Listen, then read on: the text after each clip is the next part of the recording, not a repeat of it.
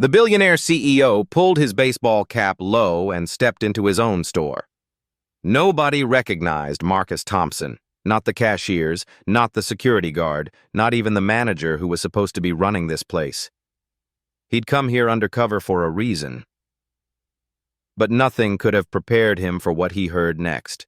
Desperate sobbing echoing from the employee restroom. Through the crack under the door, a silver name badge lay abandoned on wet tile. Maria Santos, custodial staff. The crying inside wasn't just sadness. It was the sound of someone whose world was falling apart. Marcus's blood ran cold. 3 months ago, corporate had received glowing reports about this location. Perfect employee satisfaction scores, 0 complaints. But the woman crying behind that door told a different story entirely. As he stood frozen in the harsh fluorescent light, one terrifying question burned through his mind. If this was happening in his own company, under his own nose, what else had he missed?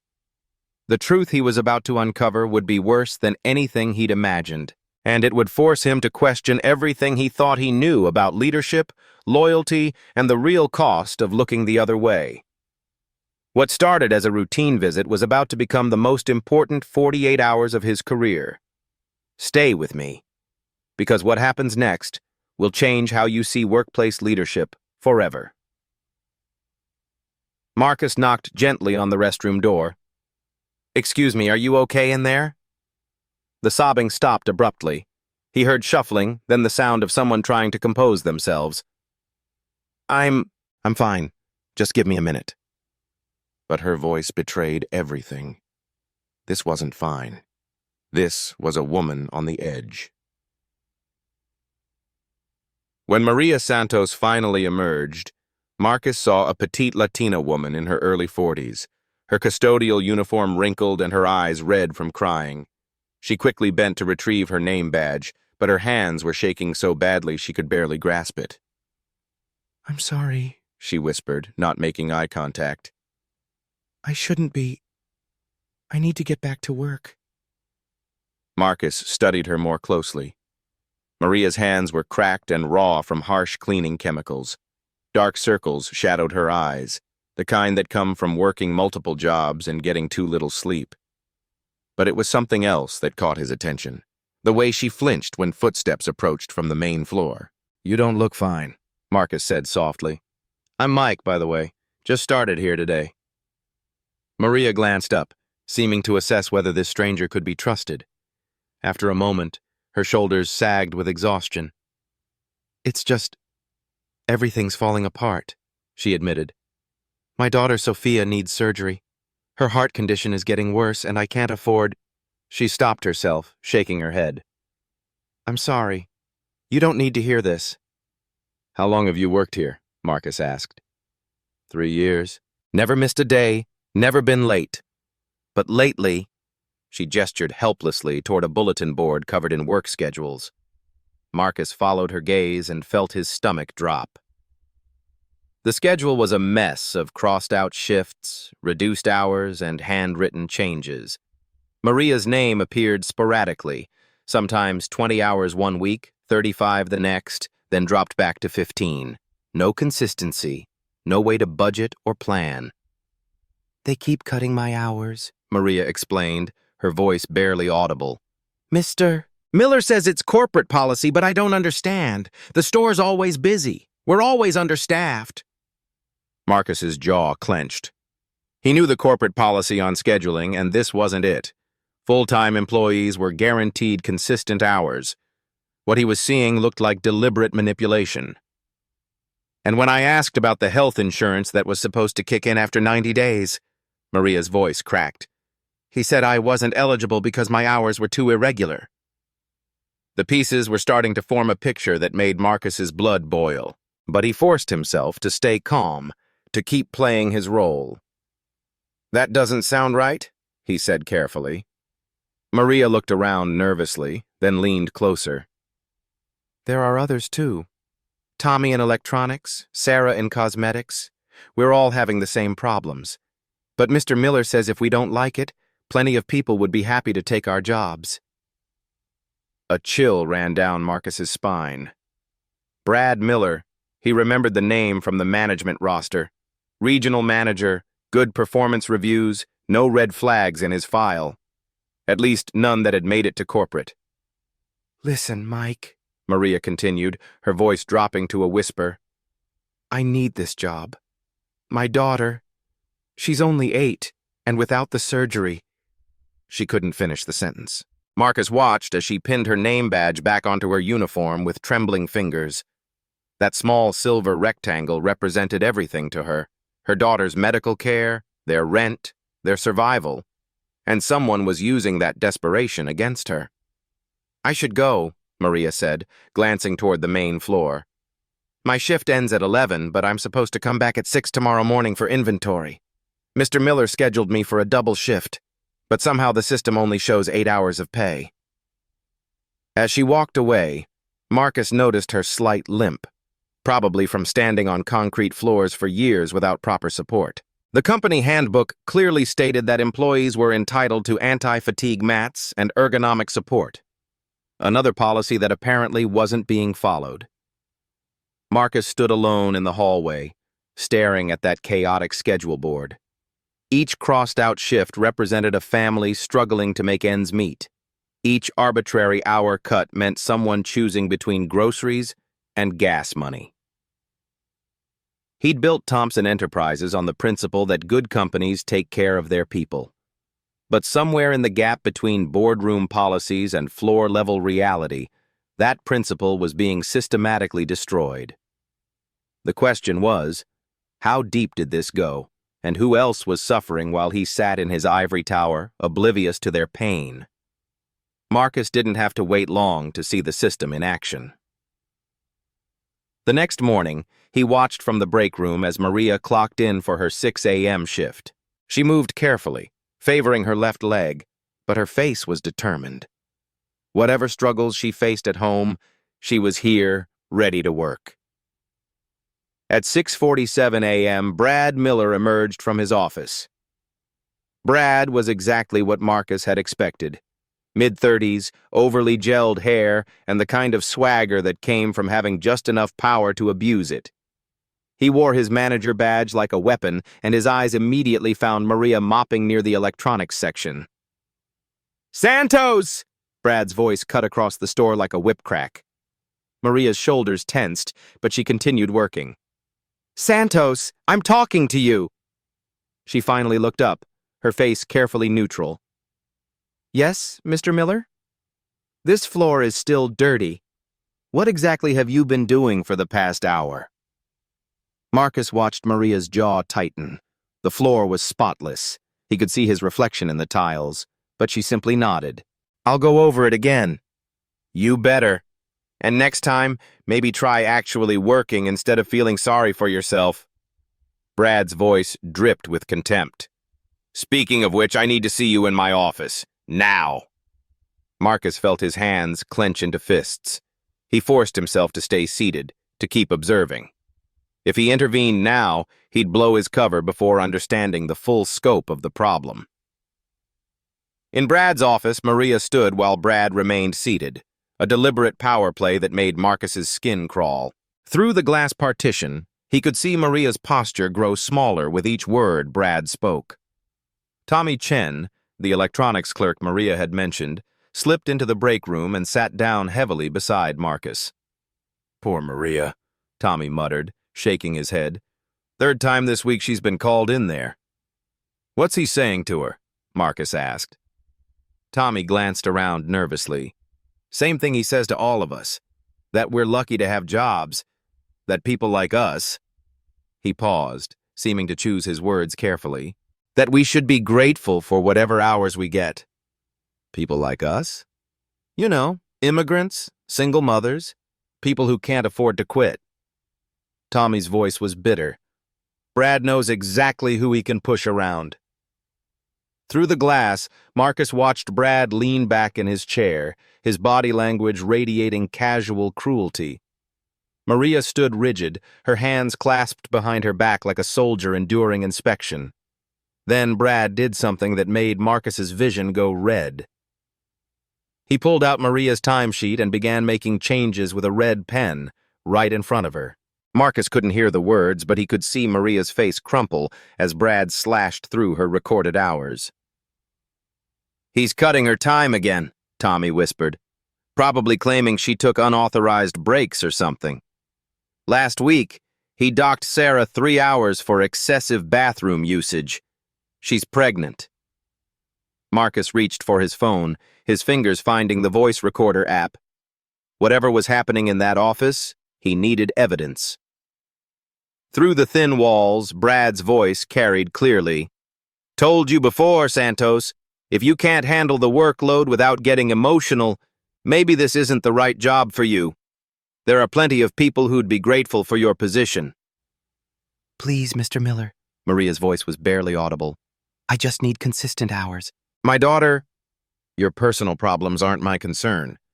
What concerns me is that you've been talking to other employees about scheduling. That sounds like troublemaking to me." Marcus's thumb hit record. "I wasn't making trouble, I was just what? Trying to organize some kind of complaint? Because that would be very unfortunate for your employment status here." The threat was crystal clear. Maria fell silent. "Now I'm cutting you back to 12 hours next week. Maybe that'll help you focus on work instead of stirring up drama. And Santos?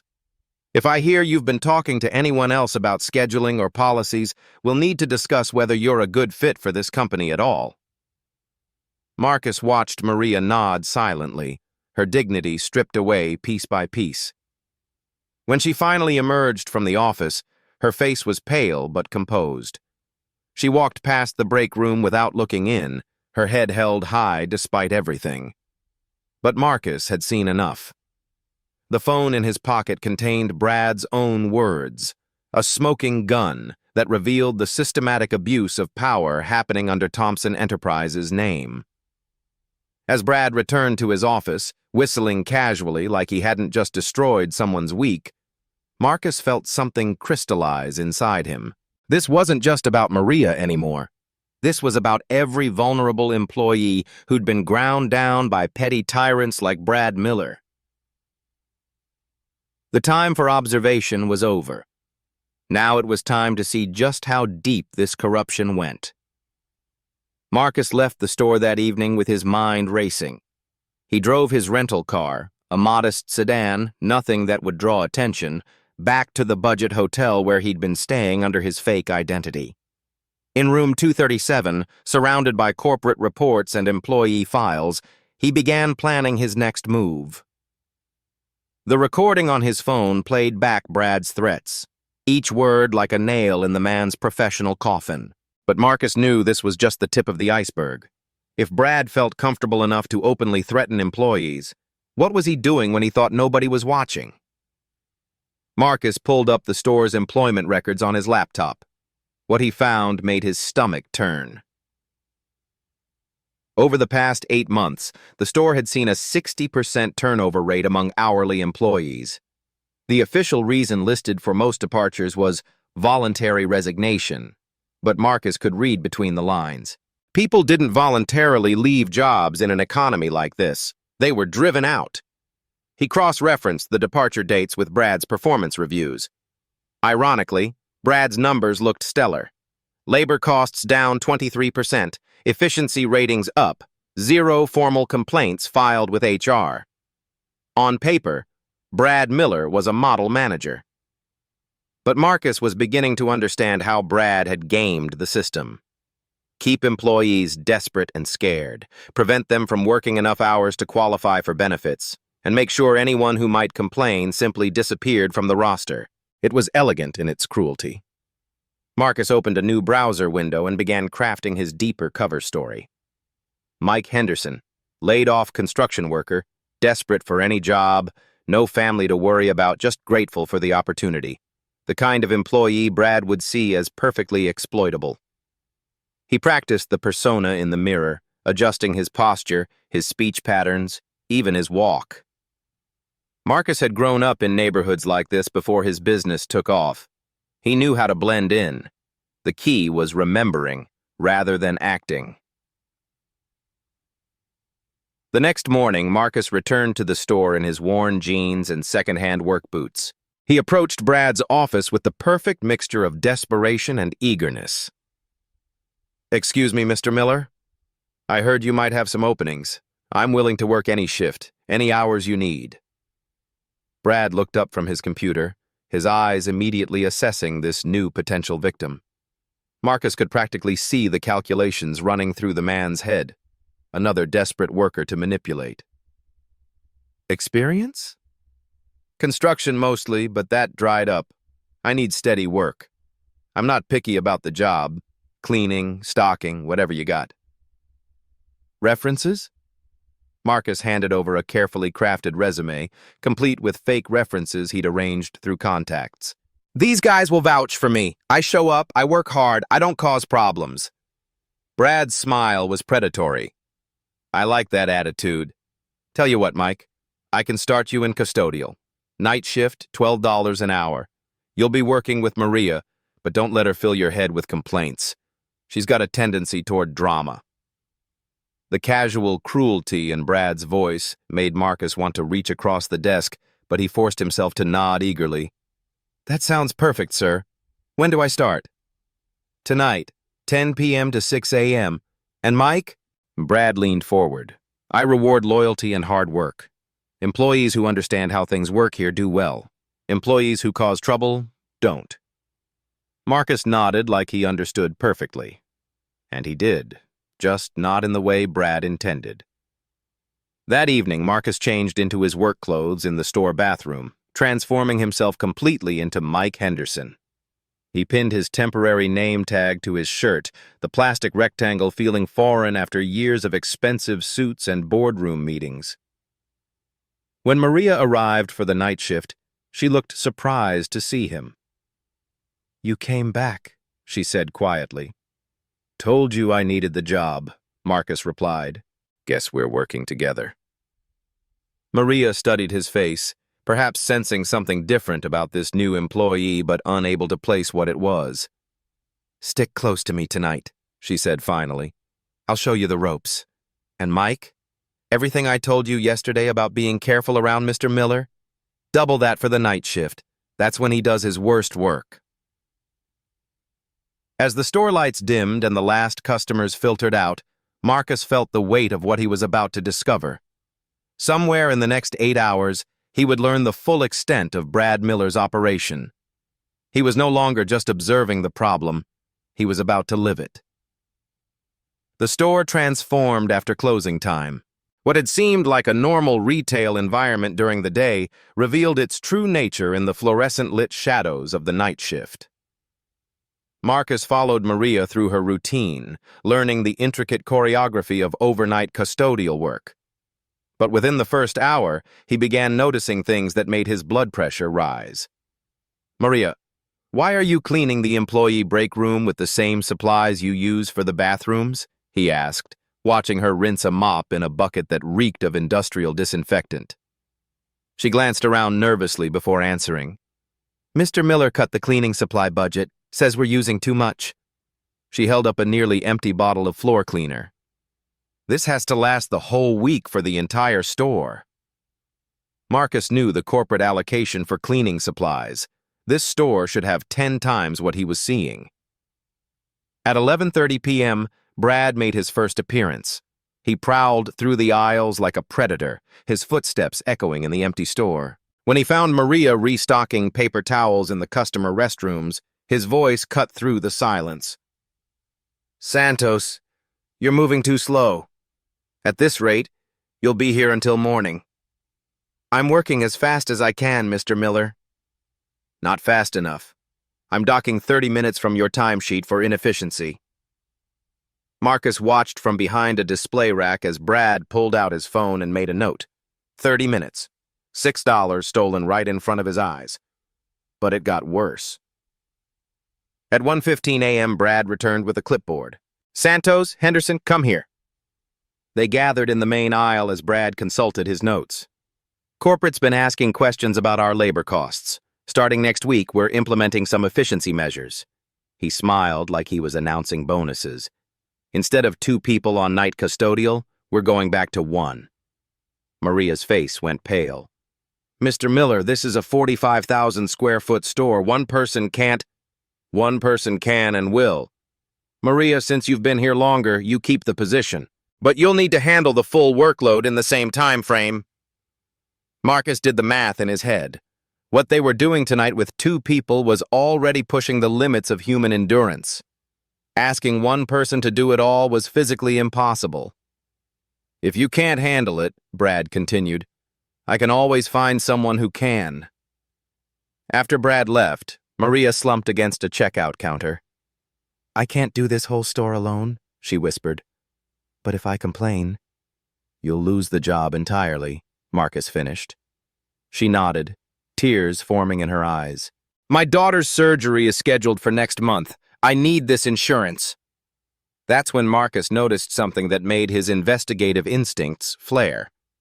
Brad had left his office door slightly open, and through the gap, Marcus could see him at his computer typing rapidly. "Maria, can you handle the East Wing by yourself for a few minutes? I want to check something." She looked confused, but nodded. "Be careful, Mike. If he catches you snooping—" Marcus moved silently toward the office. Through the crack in the door, he could see Brad's computer screen clearly. What he saw made his hands shake with rage. Brad was logged into the employee scheduling system, systematically reducing hours for multiple employees. But he wasn't just cutting time. He was redistributing those hours to a phantom employee named B. Miller Jr. Brad was stealing hours from his workers and assigning them to a fake account, probably his own son or a way to pad his own overtime. Every hour he stole from Maria, from Tommy, from Sarah, was going directly into his pocket. Marcus pulled out his phone and began recording through the door crack. The evidence was right there on the screen. Systematic wage theft happening in real time. But then he saw something even worse. Brad opened another program, the health insurance enrollment system. He pulled up Maria's file and changed her employment status from full-time eligible to part-time temporary, despite her working full-time hours for 3 years. With a few keystrokes, Brad had just denied Maria the health coverage her daughter needed for surgery. Marcus felt a rage so pure it took all his self-control not to burst through that door. But he forced himself to keep recording, to document every click, every theft, every casual destruction of a family's future. At 3 a.m., Brad emerged from his office looking satisfied. "Henderson, I need you to move all the pallets from the back room to the sales floor, by yourself." Marcus looked at the mountain of boxes, easily a 4-person job. "All of them? Problem with that? Because I can call someone who won't give me attitude." "No problem," Marcus said through gritted teeth. As he began the back-breaking work, moving hundreds of pounds of merchandise alone, Marcus understood something crucial. This wasn't just about money for Brad. It was about power. The joy of watching people struggle, of holding their lives in his hands and squeezing just to see them suffer.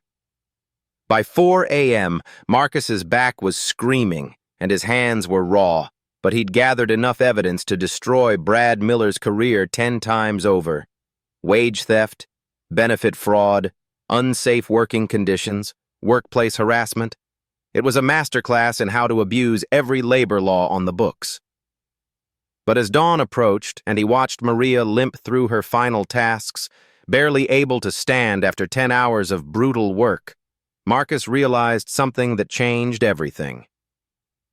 This wasn't just about Brad Miller anymore.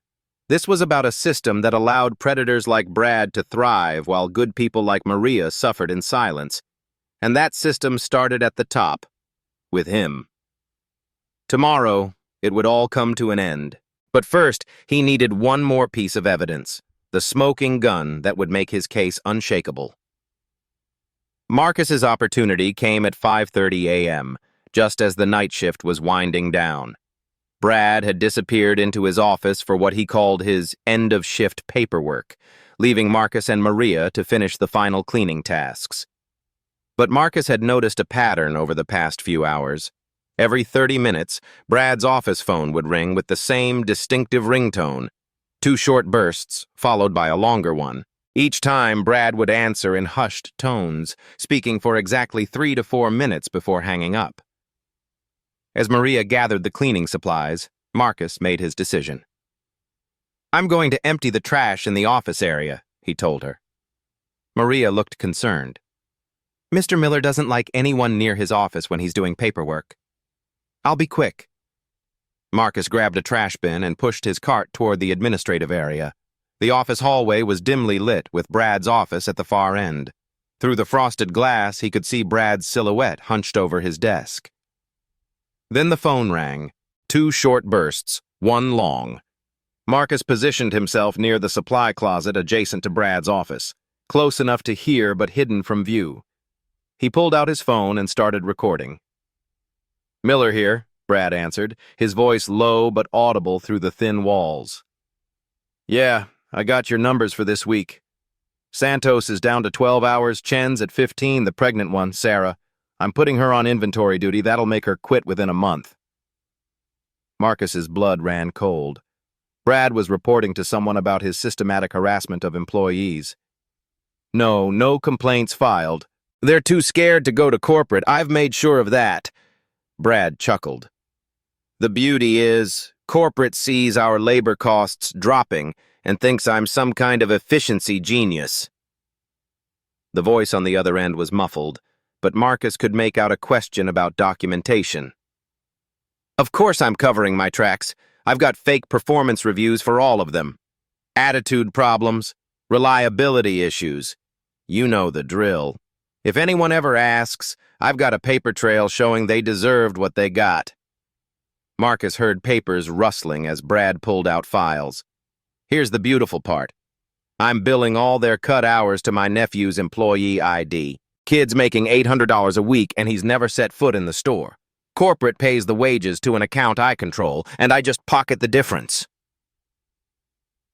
The conversation continued for another minute, with Brad detailing how he'd been running this scheme across multiple stores, not just this one.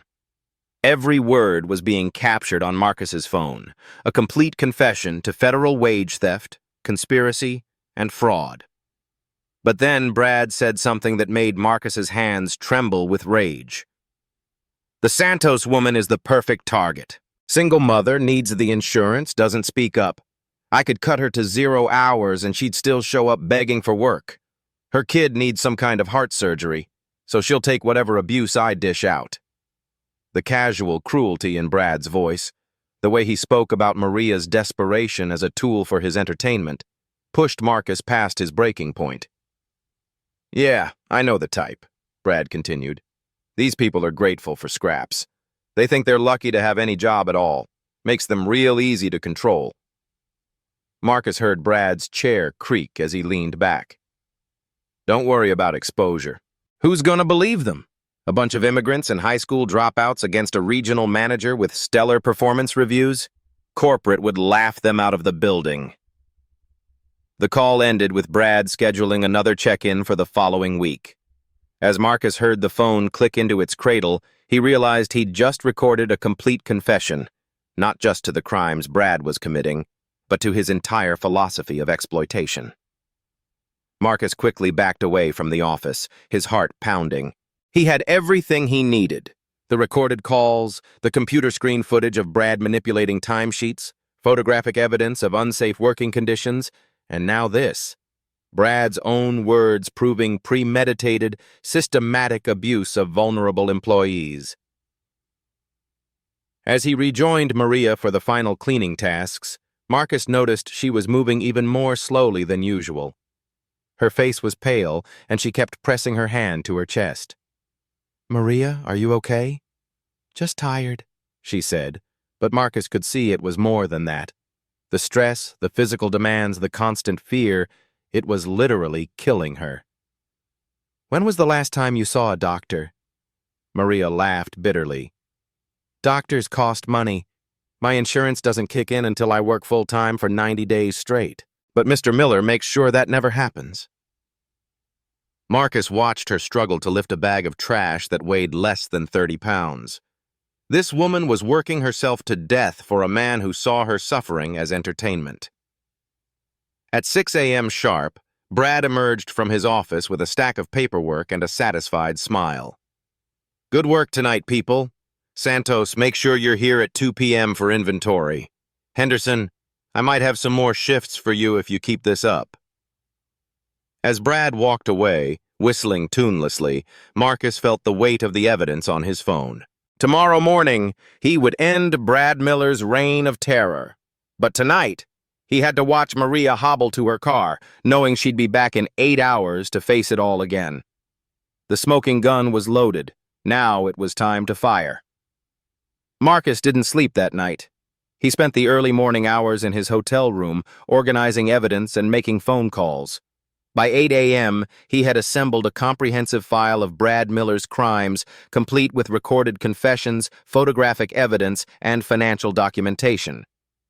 But he wasn't just preparing a case, he was preparing for war.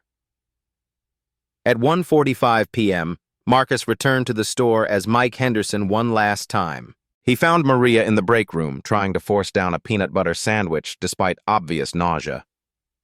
"You sure you're okay?" he asked, genuinely concerned. "Just need to get through today," she whispered. "Sophia's surgery got moved up to next week. I can't afford to miss any more hours." Marcus felt his resolve crystallize. This ended today. At 2 p.m. sharp, Brad gathered the afternoon shift for mandatory inventory training. About 15 employees stood in a semicircle near customer service, including Maria, Tommy, Sarah, who was now visibly pregnant, and several others Marcus recognized as victims of Brad's systematic abuse. "All right, people, listen up," Brad announced, his voice carrying the authority of someone who enjoyed wielding power over others. "Corporate's breathing down our necks about inventory accuracy, so we're implementing some new procedures." He pulled out a clipboard thick with forms. "From now on, any discrepancies come out of the responsible employee's paycheck. Lost merchandise, miscounts, damaged goods, it all gets deducted from your wages." Marcus saw several employees exchange worried glances. This was illegal under federal labor law, and Brad knew it. "I know some of you might think this is unfair," Brad continued, his eyes finding Maria in the crowd. "But maybe if certain people paid more attention to their work instead of worrying about personal problems, we wouldn't need these measures." The direct attack on Maria was the final straw. Marcus stepped forward from the back of the group. "Actually, Brad, I think there's something unfair here, but it's not what you think." Brad's eyes narrowed. "Henderson, you got something to say?" "Yeah, I do." Marcus reached into his pocket and pulled out his phone. "I've got quite a lot to say, actually." The first recording began to play. Brad's voice, crystal clear, boasting about cutting employees' hours and pocketing the difference. The effect was electric. Every employee in the circle turned to stare at Brad, whose face had gone from smug confidence to pale shock in seconds. "What the hell is this?" Brad sputtered. "This is you, last night at 5:30 a.m., explaining to your accomplice how you've been stealing wages and manipulating schedules." Marcus's voice was calm, controlled, but every word hit like a hammer blow. The recording continued. "The Santos woman is the perfect target. Single mother, needs the insurance, doesn't speak up." Maria's hand flew to her mouth. Around the circle, other employees began to murmur, anger building in their voices. "You recorded me illegally!" Brad shouted, but his bluster couldn't hide the panic in his eyes. "Actually, Michigan is a one-party consent state. Perfectly legal." Marcus stepped closer to Brad, and for the first time, let his real authority show through. "But wage theft? Benefit fraud? Conspiracy to defraud? Those are federal crimes." Brad's eyes darted around the circle of employees, all of whom were now looking at him with undisguised hatred. "You don't know who you're messing with, Henderson. I'll have you arrested for what? Exposing the truth?" Marcus reached into his other pocket and pulled out something that made Brad's blood drain from his face entirely. A gold badge. CEO, Thompson Enterprises.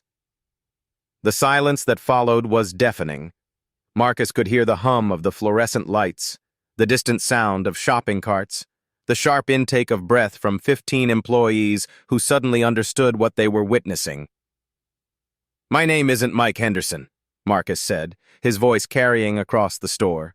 "I'm Marcus Thompson. I own this company, and you, Brad Miller, are finished."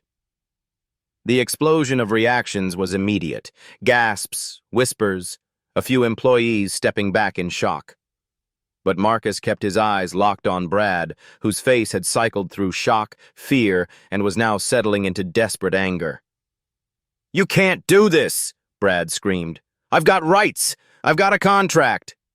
"You had a contract," Marcus corrected. "But fraud voids all employment agreements. Security." Two Thompson Enterprise security officers, who had been positioned outside since 9 a.m., entered the store and approached Brad. "Brad Miller, you're terminated effective immediately. You're also under investigation for wage theft, benefit fraud, and conspiracy. These officers will escort you from the premises." As security moved toward Brad, he made one last desperate play. "You can't prove anything. It's their word against mine." He pointed at the employees. "Who's gonna believe a bunch of—" "Careful!" Marcus's voice cut like ice. "I've got your own recorded confession. I've got computer logs showing every illegal transaction. I've got photographic evidence of every violation." He stepped closer to Brad, his voice dropping to barely above a whisper. "And I've got something else, Brad. I've got power. Real power. The kind you've been pretending to have." Brad's shoulders sagged as the security officers reached him. "This isn't over," he muttered. "Yes, it is." Marcus turned to address the gathered employees. "And for all of you, it's just beginning." As Brad was escorted from the store, past customers who stopped to stare, past checkout lanes he'd terrorized employees in, past the office where he'd orchestrated months of systematic abuse, Marcus felt a satisfaction deeper than any business deal he'd ever closed. But the real work was just starting. The silence after Brad's departure was deafening. 15 employees stood in a circle, staring at their actual CEO, trying to process what had just happened. Marcus could see confusion, relief, and wariness battling across their faces. Maria was the first to speak, her voice barely a whisper. You're really the owner?" "I am, and I owe all of you an apology." Marcus looked each employee in the eye. "I built this company on the principle that we take care of our people, but I failed you. I got so focused on boardroom numbers that I lost sight of what was happening on the ground." Tommy stepped forward, still clutching his inventory clipboard. "So, what happens now? Are we all getting fired for talking to you?" The question hit Marcus like a physical blow. These people were so conditioned to fear retaliation that even their liberation looked like a threat. "Nobody's getting fired. In fact, we're going to fix everything Brad broke, starting right now." Marcus pulled out his phone. "I'm calling our head of HR. Every illegal hour cut, every stolen wage, every denied benefit. We're going to make it right." Within 20 minutes, Rebecca Chen, Thompson Enterprises' Chief Human Resources Officer, arrived with a team of 3 specialists and a stack of laptops. Marcus had worked with Rebecca for 8 years, and she was one of the few executives he trusted completely. "Rebecca, I need you to conduct emergency audits on every employee file Brad Miller has touched in the past year. Full wage restoration, immediate benefit enrollment for anyone who's been illegally denied coverage." Rebecca's team spread out across the break room, setting up a temporary processing center. "Maria Santos," Rebecca called out, consulting her tablet. "You've been here 3 years, correct?" Maria nodded nervously, still not quite believing this was real. "According to Brad's records, you're classified as part-time temporary with no benefits. But your actual hours worked show you've been full-time for 34 months straight." Rebecca's fingers flew across her tablet. "As of right now, you're classified as full-time permanent with complete health coverage, retroactive to your original hire date." Maria's knees buckled. Marcus caught her arm as tears streamed down her face. "My daughter's surgery," she whispered. Fully covered. Pre-authorization will be processed today. Rebecca's voice was warm but efficient. And Maria? You're owed $14,847 in stolen wages and unpaid overtime. That check will be cut within 48 hours. The sound that escaped Maria's throat was part sob, part laugh, part prayer. Around the room, other employees were having similar conversations as Rebecca's team worked through the files. But Marcus wasn't finished. Everyone, I need you to listen carefully. He stood in the center of the room, his voice carrying the authority of someone who'd built a billion-dollar company from nothing. What happened here can never happen again. So we're changing how this company operates. He gestured to Sarah, the pregnant cashier who'd been hiding her condition in fear. Sarah, how far along are you? 7 months, she said quietly. Effective immediately. You're on paid administrative leave until after your maternity leave ends. Full salary, full benefits, and a guaranteed position when you're ready to return. Sarah's hand went to her belly, her eyes wide with disbelief. Marcus continued. Tommy, you mentioned wanting to move into management. How would you feel about assistant store manager? Tommy's clipboard clattered to the floor. Sir, I don't have a college degree or... You have something better. You know what it's like to work every position in this store, and you care about the people who work here. That's what I need in management. But the biggest change was yet to come. Maria, Marcus said, turning to face the woman who'd unknowingly triggered this entire transformation. I have an offer for you. She looked up at him with eyes still red from crying, still struggling to believe her daughter would get the surgery she needed. I'm offering you the store manager position. The silence was absolute. Even Rebecca's team stopped typing. Sir, Maria stammered, I clean floors. I don't know how to... You know how to work harder than anyone should have to. You know how to care about people even when you're being mistreated. You know every inch of this store and every challenge these employees face. Marcus's voice grew stronger. Maria, you've been managing your own impossible situation for 3 years. Managing a store will be easy by comparison. But I don't have experience. I'll provide training, full management development program, business courses, whatever you need. Starting salary is $65,000 plus benefits, with performance bonuses tied to employee satisfaction, not just profit margins. Maria stared at him like he was speaking a foreign language. $65,000? That's just the starting point. Good managers who take care of their people get promoted to regional positions. Those pay 6 figures. Around the room, Marcus could see the transformation beginning. 15 people who'd walked in expecting another day of abuse were watching their lives change in real time. But the most important change was still to come. One more thing, Marcus announced. We're implementing an employee council at every Thompson Enterprise location. Representatives elected by workers with direct access to corporate leadership.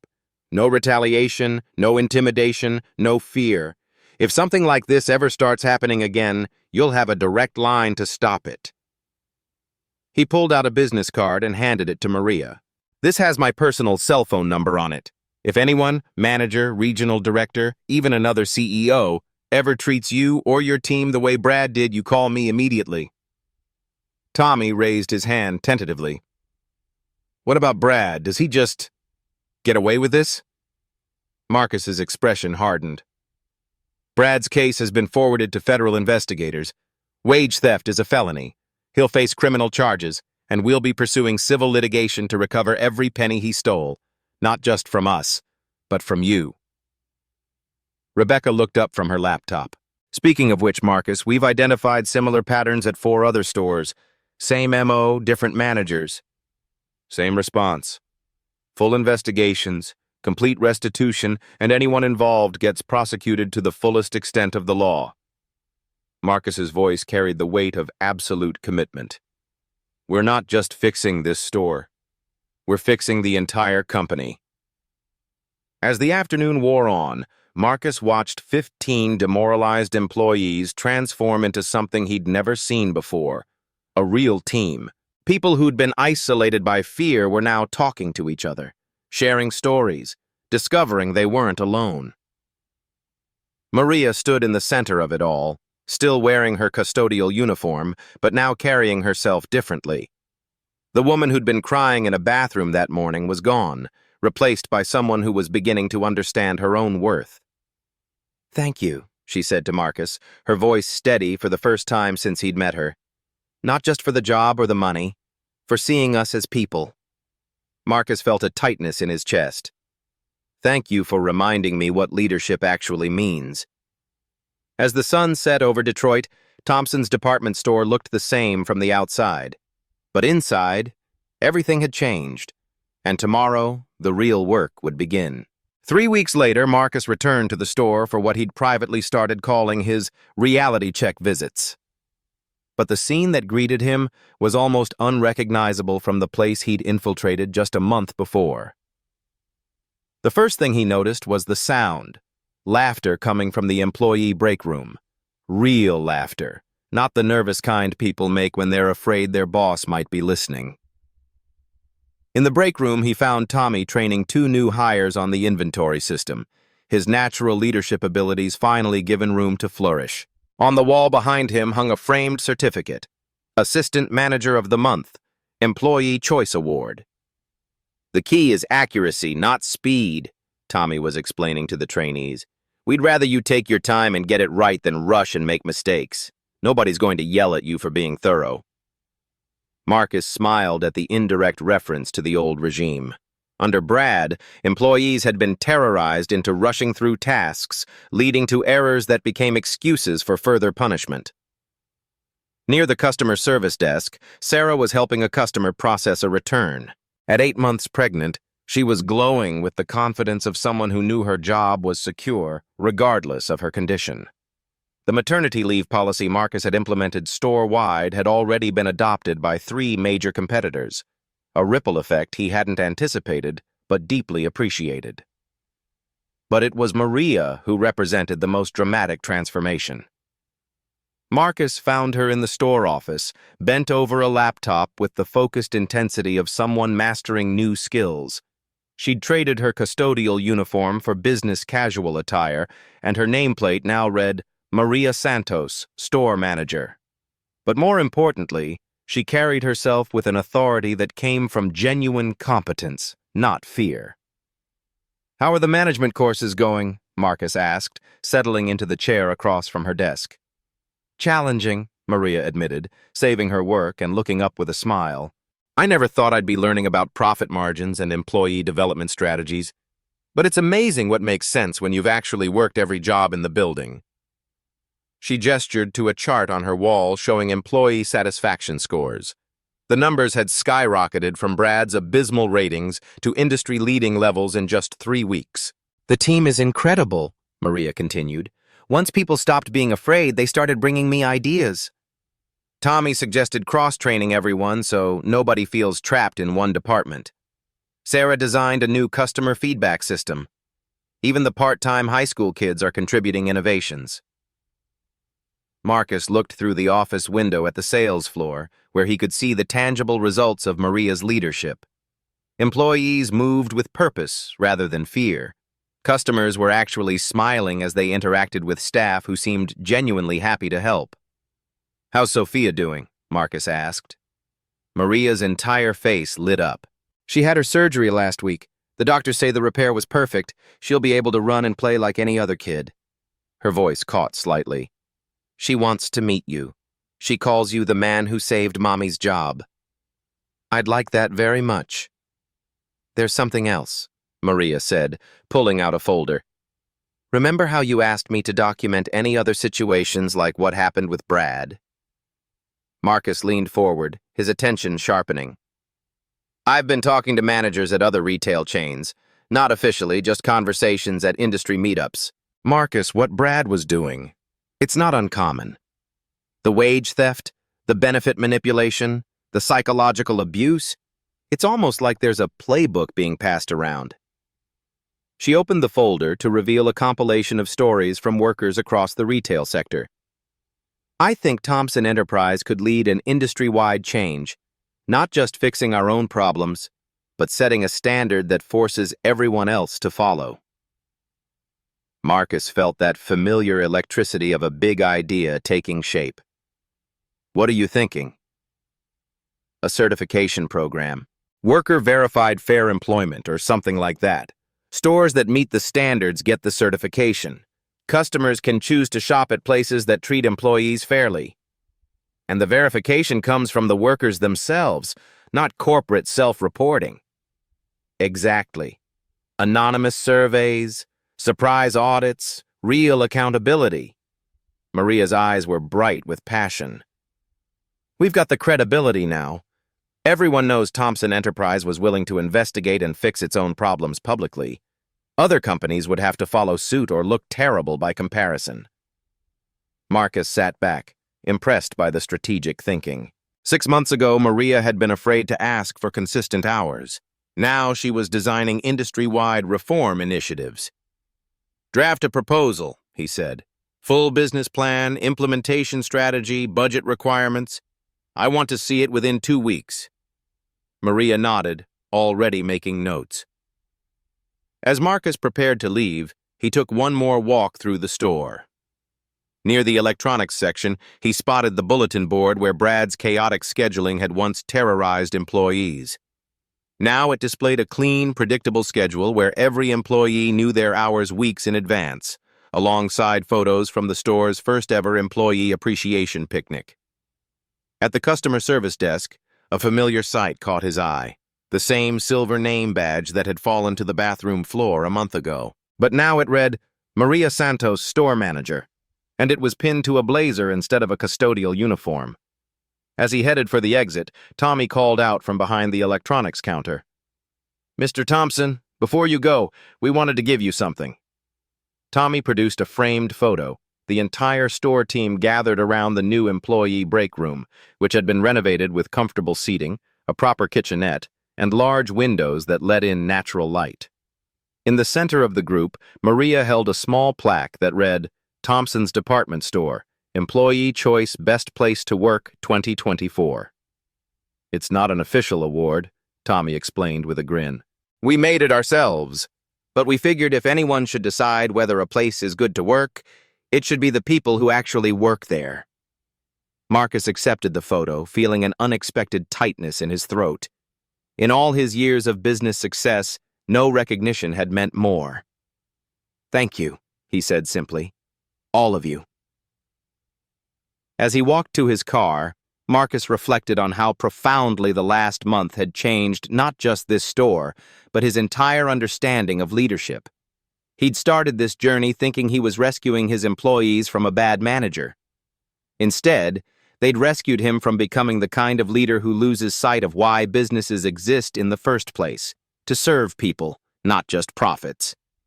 Tomorrow, he would begin implementing the employee council system company-wide. Next month, Maria's industry certification program would get its full corporate backing. But tonight, he would go home knowing that 15 people were sleeping better because someone had finally listened when they needed help most. 6 months after that life-changing night shift, Marcus stood before a packed auditorium at the National Retail Federation's annual conference. The subject of his keynote address, Leadership from the Ground Up, What Happens When CEOs Stop Hiding in Boardrooms. But first, he had a story to tell. Last year I thought I was running a successful company, Marcus began, his voice carrying across the silent auditorium. Our profits were up, our efficiency ratings were stellar, and our management reviews were glowing. By every metric that mattered to Wall Street, Thompson Enterprises was crushing it. He clicked to the next slide, a photo of Maria in her custodial uniform taken from the store's security footage on that first night. But I wasn't leading a successful company. I was presiding over a system that allowed good people to suffer while predators profited from their pain. And the worst part? I had no idea it was happening. The auditorium remained completely silent as Marcus walked the audience through his undercover experience. The wage theft, the benefit fraud, the systematic psychological abuse that had been happening under his own company's name. The truth is, real leadership isn't about commanding from above. It's about understanding from below. It's about recognizing that the people closest to the problem are usually closest to the solution. He clicked again. The new slide showed Maria at her desk, wearing her store manager blazer, reviewing quarterly reports with her team. Today, Maria Santos manages one of our highest-performing locations. Employee satisfaction is at an industry-leading 94%. Customer ratings have increased 47%. And profits? They're up 23%, because when you treat people right, everything else follows. Marcus gestured to the audience, where Maria sat in the front row, representing Thompson Enterprise at her first national conference. But this story isn't really about Thompson Enterprises. It's about every company, every leader, every person who has the power to make someone else's day better or worse. The presentation continued with concrete results. The worker-verified fair employment certification that 12 major retailers had already adopted. The industry-wide wage theft investigations that had recovered $2.3 million for workers. The federal legislation strengthening labor protections that had been inspired by their public disclosure. We've proven that doing right by employees isn't just morally correct, it's profitable. Companies with worker-verified certification are seeing average profit increases of 18% and customer loyalty improvements of 31%. As Marcus concluded his presentation, he returned to the personal story that had started it all.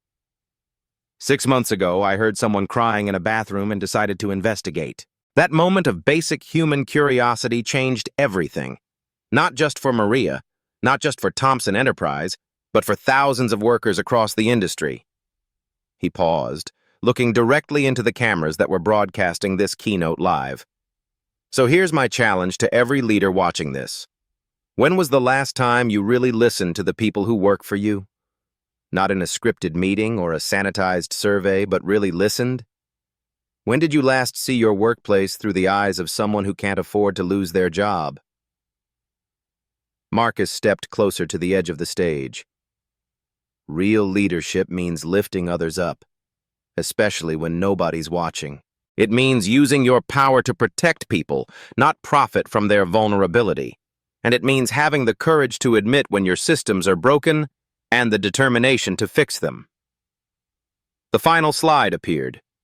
A photo of the Thompson Enterprise Employee Council meeting with representatives from all 47 stores gathered around a table as equals. The person crying in that bathroom could be in your company right now. The question is, will you hear them? And more importantly, will you act? As applause thundered through the auditorium, Marcus felt the same satisfaction he'd experienced that night when Brad Miller was escorted from the store. But deeper than satisfaction was something else. Purpose. After the presentation, as Marcus signed copies of the case study that Harvard Business School had written about the Thompson transformation, a young executive approached him. Mr. Thompson, I think we might have some issues at our company that are similar to what you found. Where do I start? Marcus handed him Maria's business card.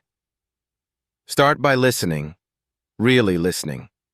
And when you hear something you don't like, don't rationalize it away. Fix it. Later that evening, Marcus called the store to check in with Maria, a ritual that had become part of his weekly routine. How's Sophia doing? He asked. Perfect. Her cardiologist says her heart is stronger than most kids her age. She's been asking when she can visit the store again. She wants to see Mama's office. Bring her by any time. I'd love to meet the little girl who helped save our company. Marcus? Maria's voice grew serious. I got a call today from a custodial worker at Henderson Retail. She'd seen the news coverage and wanted to know if our employee council model could work at other companies. What did you tell her? I told her to document everything, find allies among her co-workers, and that we'd help her build a case if she needed it. Was that okay? Marcus smiled. That was perfect. You're thinking like a real leader now. After hanging up, Marcus stood at his office window, looking out at the Detroit skyline. Somewhere out there, in retail stores and restaurants and warehouses, there were probably other Mariahs, good people trapped in bad situations, waiting for someone with power to notice their pain. But now there were also other Marcus Thompsons, leaders who'd heard this story and decided to look more closely at their own companies, their own responsibilities. Change was spreading, one workplace at a time. And it had all started with someone brave enough to knock on a bathroom door and ask a simple question: "Are you okay?" The truth had been worse than anyone imagined, but the solution had been simpler than anyone expected. Treat people like human beings, and everything else falls into place. If you've ever witnessed injustice in your workplace, or if you're in a position to make change happen, share this story. Because the person crying in the bathroom might be closer than you think, and they're counting on someone like you to care enough to act.